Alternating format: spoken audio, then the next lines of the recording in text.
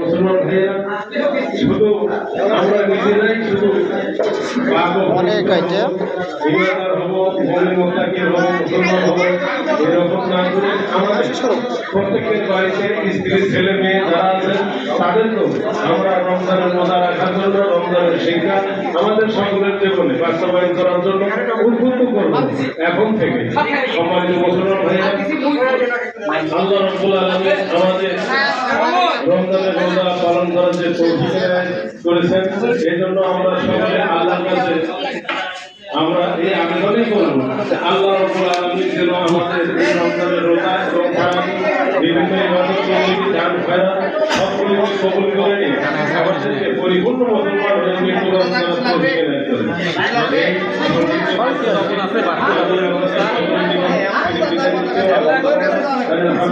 একটা গ্লাস লাগবে, একটা গ্লাস দাদা লাগবে।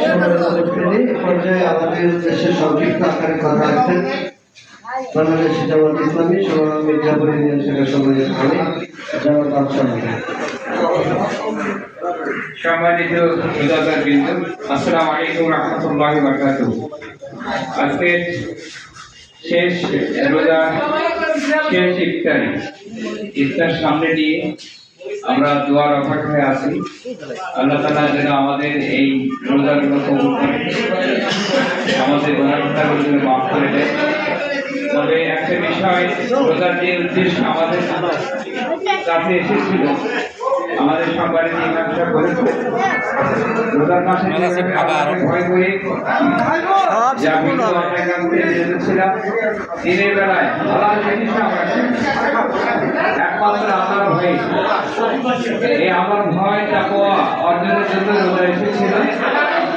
বাকি 11 মাস যেন আমরা এই অনুরূপ এক মাস যেভাবে চললাম, বাকি 11 মাস ধরে এইভাবে আমাদের ভয় করে চলতে পারি। যদি চলি তাহলে রোজা আমাদের কবুল হয়েছে। রোজার যে শিক্ষা নিয়ে এসেছিল আমরা সেই শিক্ষা অর্জন করতে, আর রোজা শেষ আবার স্বাভাবিক অনিয়মের যে করলাম তাহলে রোজা আমার আপনার কোনো কাজে লাগবে না। আর বিশেষ করে আমি আপনাদের কাছে একটা আহ্বান জানাই, আজকে মসজিদে আমার কিছু চলছে, মুসলমানদের উপর ইহুদিরা আপনারা আক্রমণ করেছে।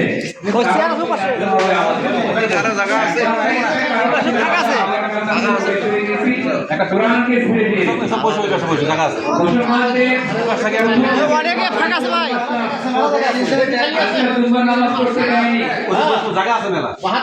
আমরা ইফতার সামনে নিয়ে খুব আনন্দ ভয়ে অপেক্ষায় আছি কখন আজান দেয় ইফতার করবো, কিন্তু সেখানে কিন্তু মুসলমানরা ইফতার করার সুযোগ পাচ্ছে না।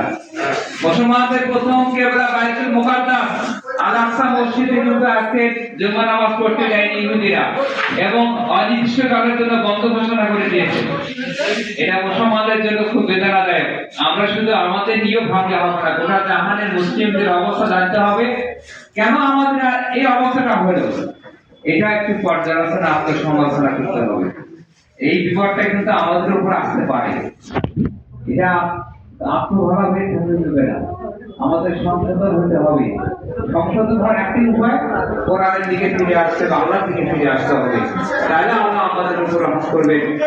বাংলাদেশ কিন্তু একটা বিচ্ছিন্নবাদী, বিশ্বের মধ্যে সর্ববৃহৎ বদ্বীপ হলো বাংলাদেশ। তিন দিক দিয়ে কিন্তু মুশরিক রাষ্ট্র দ্বারা আবৃত, বেষ্টিত। আমরা কিন্তু বিচ্ছিন্ন একটা দ্বীপে আছি, মুসলিম রাষ্ট্র। আমাদের পার্শ্ববর্তী কোনো মুসলিম রাষ্ট্র নাই, একমাত্র তাওয়াক্কাল তো আল্লাহর ভরসা করে আছি। এজন্য আল্লাহ আমাদের রক্ষা করছেন, করবেন। এই রক্ষাটা যদি আল্লাহ অব্যাহত রাখেন, সেই আল্লাহর কাজ করার জন্য, আল্লাহর পথে আসার জন্য, কোরআন মেনে চলার জন্য আহ্বান রেখে আল্লাহর কাছে মাগফিরাত কামনা করে আমি আমার বক্তব্য শেষ করছি। আসসালামু আলাইকুম। সম্মানিত উপস্থিতি, আজকে আমরা যেখানে বসে আছি এটা হচ্ছে যে আমাদের এই হাটেরই একটা জায়গা। এই জায়গাটা আমরা এখানে ঘিরে নিয়েছি। এটার মূলত একটা কিছু উদ্দেশ্য আছে। এই উদ্দেশ্যগুলোর মধ্যে আছে সর্বপ্রথম যেটা যে এখানে ফ্রিল্যান্সিং প্রশিক্ষণ দেওয়ার ব্যবস্থা করা চেয়ারম্যান সহ বসে এ ব্যাপারে সিদ্ধান্ত নেওয়া হয়েছে যে আমাদের এই 16 নং মির্জাপুর ইউনিয়নের যারা বেকার যুবক আছে, শিক্ষিত বেকার যুবক আছে, তাদেরকে এই ফ্রিল্যান্সিং প্রশিক্ষণের মাধ্যমে স্বাবলম্বী করা এবং পরবর্তীতে এর মাধ্যমে এখান থেকে স্বাস্থ্য খাতে অর্থাৎ স্বাস্থ্য সেবায় আমরা কিছু ভূমিকা রাখবো আর কি। আমরা আপনাদেরকে পরবর্তীতে এই বিষয়গুলো বিস্তারিত সবাই